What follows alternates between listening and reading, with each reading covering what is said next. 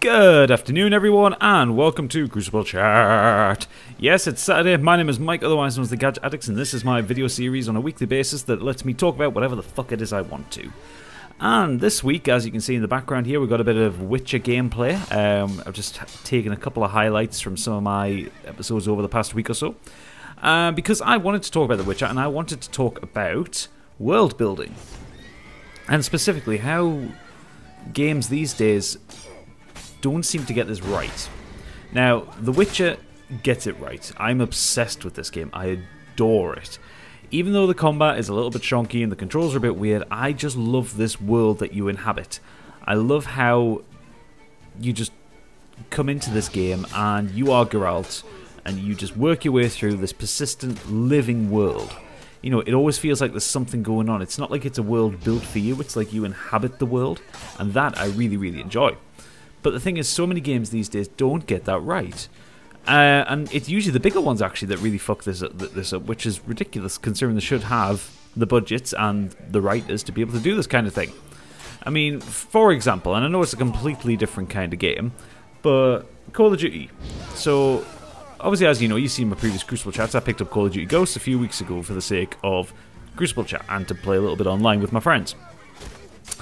And I tried some of the campaign, like, you know, just to get the whole, like, back into the first-person shooter mentality, learn the controls, that kind of thing. Now, we're not talking level design here, because to be fair, with Crucible chat, with Call of Duty, you expect it's linear levels. You go from point A to point B, kill everything in between. That's not what I'm talking about. But the world that was built for that game didn't make sense to me. Like, I didn't gel with it. This idea that, you know, the United States are being attacked by terrorists who made their way up from Mexico and have unleashed an orbital satellite which has destroyed the Western Seaboard. I mean, come on, it is complete and utter bullshit. I'm not talking in terms of a story like a science fiction thing. It's just, the world is completely not believable. It's utterly inconceivable that something like that could happen in this day and age. It's also utterly inconceivable that the actions that happen throughout the campaign, I've only played the first couple of hours of it because I got so annoyed with it, but it's utterly inconceivable that the actions that happen in the game itself would ever happen. You know, it is just a completely not believable situation. Now, I don't take that much exception to the likes of like Call of Duty Advanced Warfare or Black Ops, because they are based in the future, so they can kind of do what they want, even though they're a little bit, like, sci-fi-ish. But that, you know, to me that's okay, but the issue is they don't create believable worlds. They don't create worlds that you think, yeah, that could really happen, or I'm enjoying being in this world.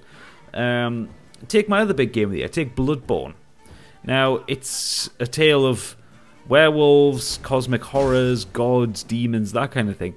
But the world that you inhabit is believable, even though it's not structured like anything you would find in reality, even though it's not built like anything you'd find in reality. But the way the world has been built, it feels like it's alive. You know, enemies patrol. Granted, yes, they're in certain areas, but everything links together. You know, you've got your central Yharnam, which is like your city. Then you have like Hemwick, which is Hemwick and Forbidden Woods, which are more rural areas. You've got Bergenworth, which overall is very small. It feels like it's this nice secluded place on the edge of civilization. That's the point. Everything fits together really well, and the world is believable. And that's not to say that all these games are like that. I mean, hell, I love Dark Souls 2, but that world I couldn't get on with. I didn't believe in Drang Lake. You know, it's that kind of thing. It's a really hard feeling to describe. But honestly, if you've played The Witcher 3, you'll probably know what I mean. That you just enjoy existing in this world. It doesn't have to make sense. It doesn't have to be the nicest place to be. It doesn't have to be beautiful or good looking or that kind of thing. But it needs to make sense. Call of Duty doesn't work like that. To be honest, Destiny doesn't work like that, because none of Destiny makes sense. It's an incoherent universe that you inhabit that doesn't make a whole lot of sense at all. I'm trying to think of other examples. Fallout 3. I believed in the Capital Wasteland. It could have happened. It was a believable place to be. People were getting on with their lives. You know, yeah, you had your super mutants and your robots and your Protectotrons and all that shit, but at the end of the day, it was a believable place to be. And that is the key thing here, and it seems that there are so many games these days that are getting this whole concept of a believable world very, very wrong. Hell, I mean, even the likes of Resident Evil Revelations 2, I'm playing through that. I don't believe in that world. What makes me enjoy that game is I enjoy Resident Evil, I enjoy the storyline, I enjoy the mechanics of it. But the world makes no fucking sense. You know, and the lore of it doesn't make any sense, and the backstory doesn't make any sense. But that is a game that I enjoy because of what it actually is. So, I mean, like I said before, I'm completely obsessed with The Witcher.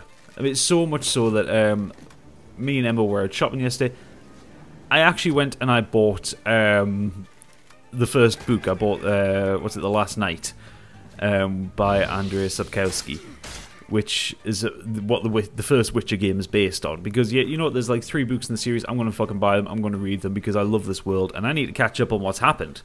You know, obviously I've come into this in The Witcher 3. I haven't played The Witcher 1 and 2 because I don't have a PC, and I kind of think Xbox 360 port of the second game probably not going to be the best quality.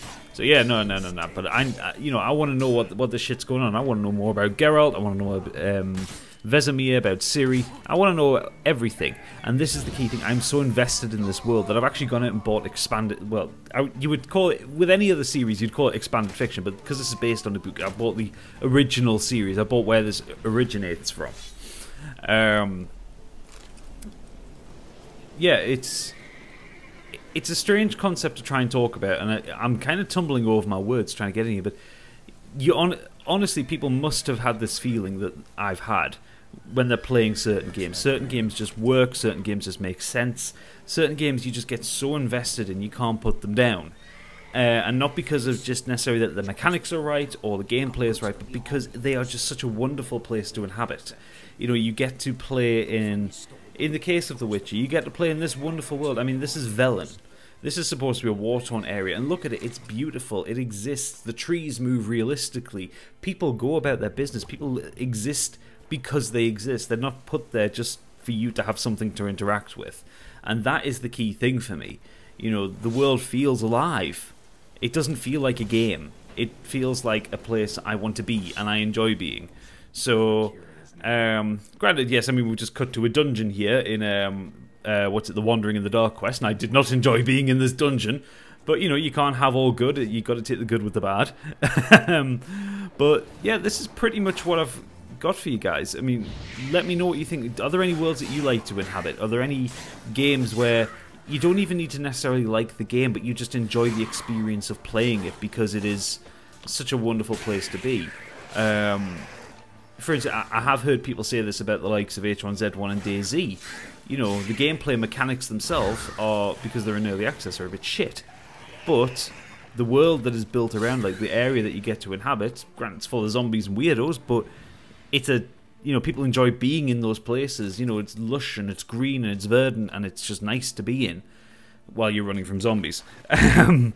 But yeah, let me know if there's any games that you've encountered like this. Let me know if you think I'm talking utter bollocks, which I may well be. I've had a lot of coffee today and this kind of sprang into my head. I thought, you know what, I really want to fucking talk about The Witcher.